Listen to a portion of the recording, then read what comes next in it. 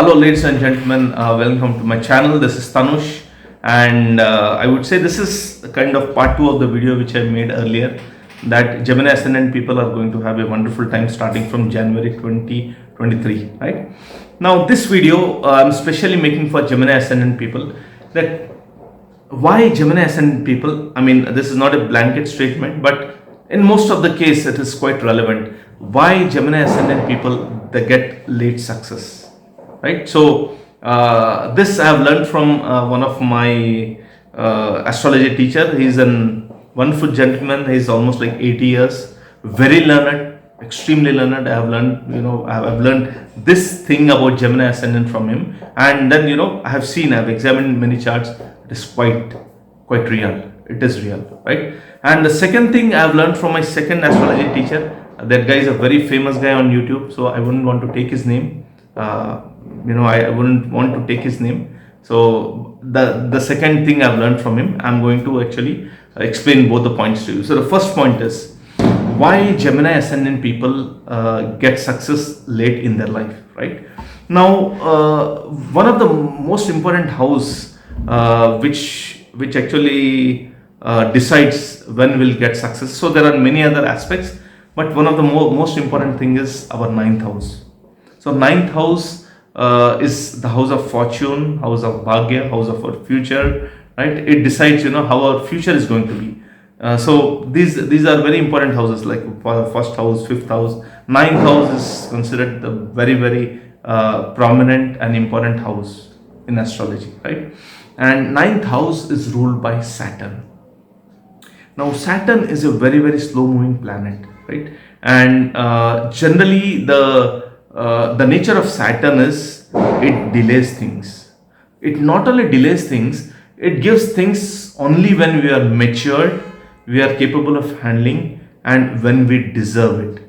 Right? So we may desire, but unless we are matured enough to handle that, Saturn is not going to sanction our desire. So only when we deserve, that is when Saturn sanctions or gives us those good things which we are looking out in our life. So Saturn is the lord of our ninth house, right? And Saturn delays success, good fortune, everything it delays, right? And again, this is not a blanket statement. If you are going through wonderful dashas, probably you might get success very early in your life, but in general only after 30, 32 or even 40 years, that is when actually Gemini ascendant people they get success in their life, because Saturn is responsible for giving success. But one thing you need to understand is whatever Saturn gives, like I said, it gives only after we are matured, only after we are capable of handling that success. Saturn gives us, and when Saturn gives us that success has endurance, meaning it lasts long. So the other planets might give success, but they don't last long. So Saturn is a very intelligent planet, and it plans wonderful things for us, but it delays. So whatever success Saturn gives, it ensures that we are matured, we are capable of handling it, and then that success would actually remain for long period of time, right? And hence generally success comes very late. Now Saturn is also lord of your eighth house. So what Saturn expects is only after going through a lot of hardships, a lot of transformation in your life, that is when you will achieve success in your life. And like I said, that success would endure for a long time, right? So this is what I learned from my first teacher. Now from my second teacher, who is a very famous guy, what he says is the second house, which is house of wealth, is governed by moon, right? And the nature of moon is very flickery in nature, right? So it waxes, it wanes, it waxes, it wanes. So it's not stable. It's kind of sinusoidal wave, wherein you see the crest and then you see the downside of it. So it is like sinusoidal wave. So similarly, the wealth pattern of Gemini ascendant people also follows the same sinusoidal wave. So sometimes they are like very high on wealth. They are everything is settled, they have enough wealth, and they are quite optimistic about future, and again, some event happens and then it goes down. Again, they struggle, again they come up, they go down. So it's not that this happens continuously, but this kind of patterns one can see, 3 or 4 times in their life. So they go up, they again are kind of on the ground. Again they go up, they are on the ground. So this pattern we can see because moon is the lord of their second house, the house of wealth, and hence they have to go through this ups and downs, right? Now moon is flickering nature. So one example which I heard is about one Gemini ascendant person, and he's Donald Trump. So this I heard from the same gentleman. So Donald Trump is Gemini ascendant, and we can see he's a very wealthy person, but he was kind of broke 2 or 3 times in his life, wherein he hit the rock bottom, but again he rose from there, right?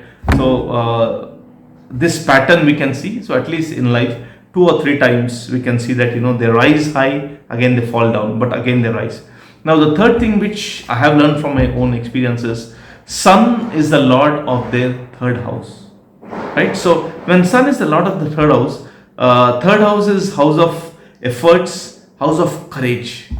So now it depends upon where sun is placed in your chart, but sun gives excellent courage for a person to fight back, to bounce back from that condition of hitting rock bottom. So whenever these people they hit rock bottom, they are, it's not that they are completely lost in the life and they get depressed.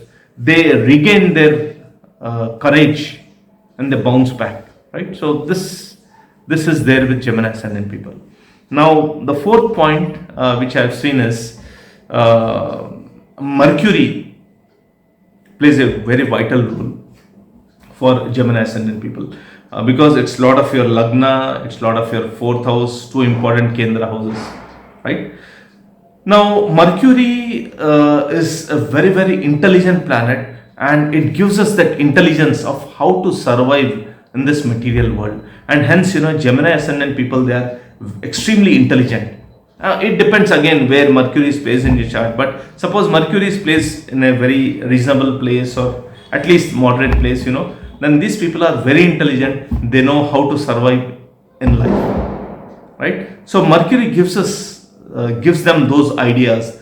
In some cases Mercury gives them excellent communication skills, and but the problem with Gemini ascendant people is that they at the same time they want to do multiple things, and they are kind of engaged in multiple things. So this thing has to be avoided because they lose their focus.